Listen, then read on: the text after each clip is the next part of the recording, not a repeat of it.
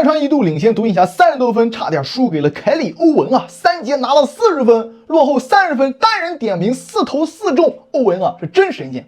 但是没办法，双拳难敌四手，对面今天俩人重返陆地神仙之境。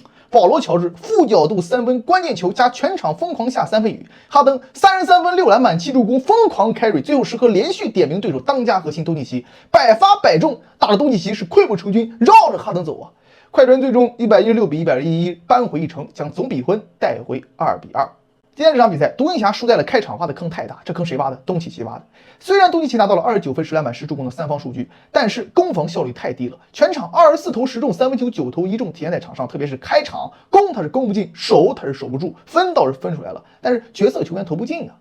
快船这边角色球员投不进，那哈登就进，哈登不进，那乔治就进，但是你东契奇整不进，你还不把球给欧文？整个第一节球全在东契奇的手上，全场40分的欧文，第一节是1分没得。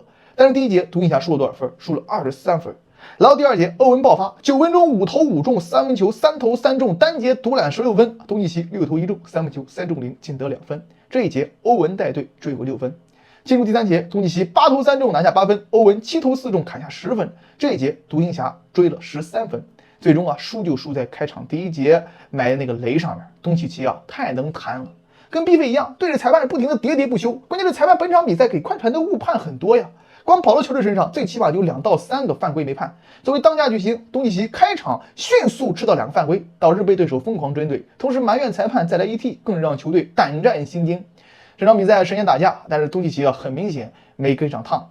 说句不怕被喷的话，关键东契奇在场上今天真是副作用。如果他早点罚下去，让凯里·欧文一个人抡说不定还真能把比赛给抡回来。他进的球没他漏得多。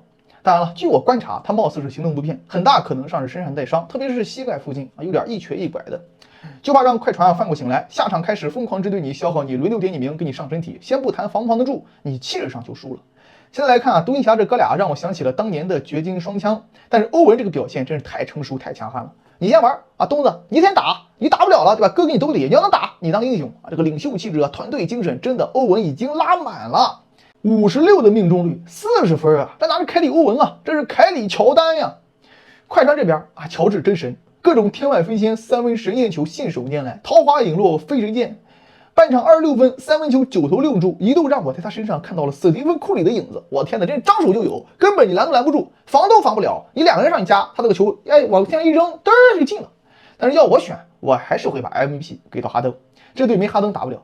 从体质上来看詹姆斯哈登真的恢复了火箭灯的轻盈，腿上有根了，后撤步拔起来就投，还能跳起来了，突进就抛。全场33分的数据根本体现不了哈登的价值，他打得太合理了，17投12中，70%的命中率，3分球5投4中的33分而且全是单打点名，点的还都是你关键人物。第4节追着4犯的东契奇打的东契奇是躲着走，换别人来没用，我一样过你，一样打你，单防你就是送，你敢包夹我就敢传，这不是典型的持球大核心，巅峰火箭灯吗？如果这是总决赛，那么 FMP 一定是哈登。我算是看明白了，快船想要走得更远，哈登才是那个都下线的男人。至于威少，我真不想多说什么了，我很喜欢他，但是他打得太抽象了。最后关头无对抗拉手送罚篮，对手追分连续上头打铁送转换，今天真是灾难。现在的威少只能摆好心态做好防守，传球跑转换，真没法打主控了。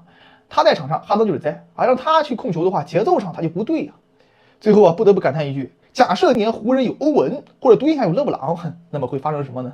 现在真是无比的期待快船和独行侠的天王山之战，这2个队的得分能力太强了，20分30分的坑在他们面前真不算什么，个人能力打的真是看得太让人兴奋了。